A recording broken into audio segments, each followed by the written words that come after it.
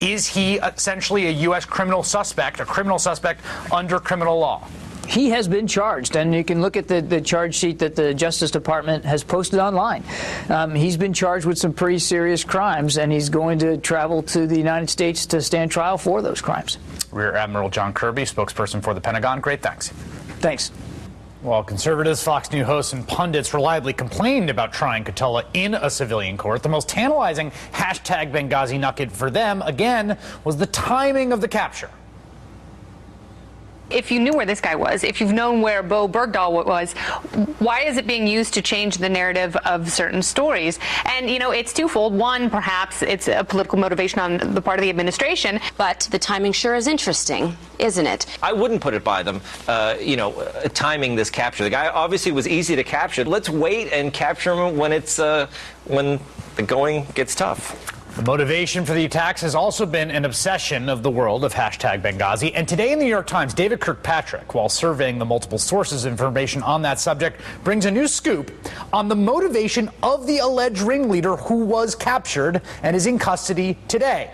What he, Khattallah, did in the period just before the attack has remained unclear, but Mr. Abu Khattallah told other Libyans in private conversations during the night of the attack that he was moved to attack the diplomatic mission to take revenge for an insult to Islam in an American-made online video. If that sounds familiar, it's because it's precisely what Susan Rice and the White House said in the wake of the attack. In other words, they were exactly correct about the motivations for the attack. One of the many reported facts on the ground that never seemed to penetrate the hashtag Benghazi bubble.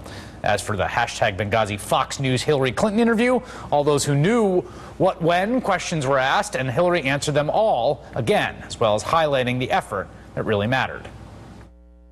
What we try to do in this country, and I think what was made abundantly clear by this latest effort, is we have an unwavering commitment to go after anyone, no matter how long it takes, who is responsible for harming Americans. And everybody around the world who thinks about that, plans that, needs to know that will be the outcome.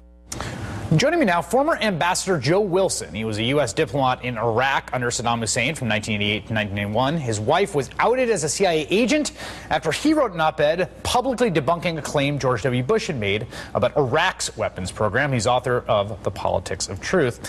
Joe, I'd like to hear your reaction to watching the hashtag Benghazi world of scandal continue to cycle despite the fact it has been factually debunked.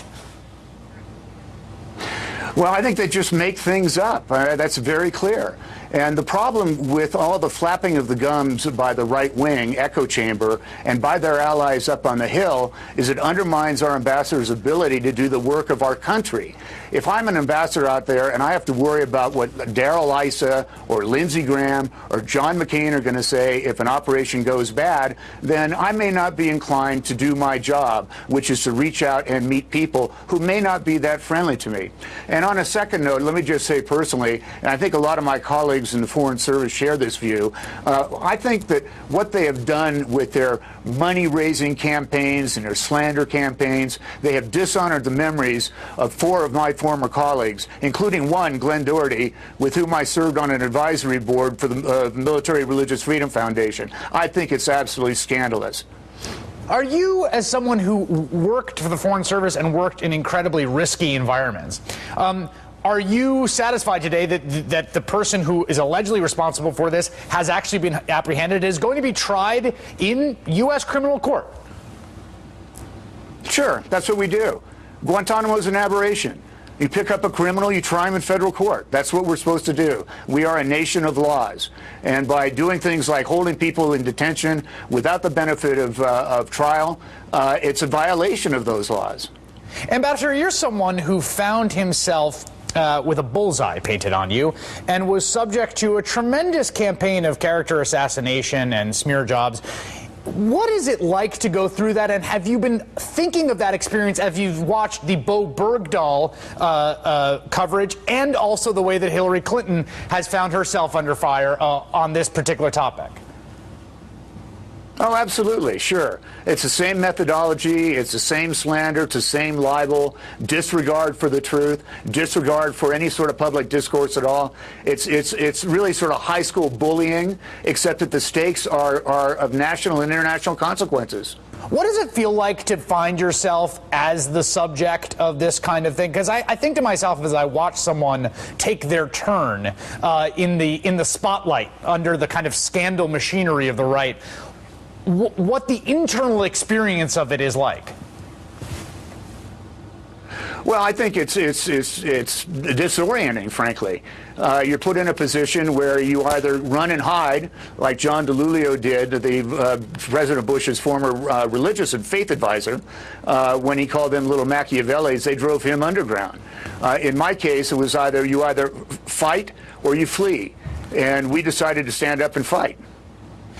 One of the things that came out today in the reporting on this is, and I think about Susan Rice, who found herself in that position initially as the sort of fall person in this scandal, is that what she went out and said on the Sunday shows, which was the initial precipitating condition of the scandal, which is that basically the video, at the best intelligence indicates the video was the inspiration for the attack. All this time later, when we've apprehended the person who's allegedly responsible, that was actually right. Do you have faith that truth will actually get rid of the bubble of speculation that has built up over this? Yeah, surprise, surprise. At the end of the day, they savaged Susan Rice for a set of talking points that were delivered to her by David Petraeus and the CIA. And they, cost her chance at being Secretary of State as a consequence of that. It is really dishonorable what these people are doing up on the Hill and the right-wing echo chamber. Finally, as someone who served in Iraq, during right on the eve of the first Gulf War, I have to just ask what your reaction is to watching that country come apart in the violent fashion it is right now. Oh, it's heartbreaking. It's heartbreaking. I was back there in September 2010. There were still 40,000 U.S. troops there. Baghdad was a garrison city that I didn't even recognize.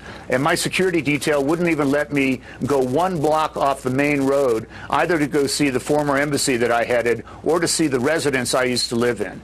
By the time when I got back there in 2010, the neighborhoods had already been ethnically segregated. There were concrete barriers and checkpoints you could not get from one neighborhood to another. It was a city, even then, teetering on the brink. And so for John McCain to somehow say that we had won the war, he's living in fantasy land. It was a time bomb waiting to go off, and it's now going off. And my view is we should just stay out of it. We've killed enough Arabs for a lifetime. Former Ambassador Joe Wilson, thank you so much. Coming up, thank you, Chris. We've been talking about all the people who got it wrong the first time around with Iraq. Tonight, we're going to talk to someone who got it right and get her take on what's going on there now. That's next.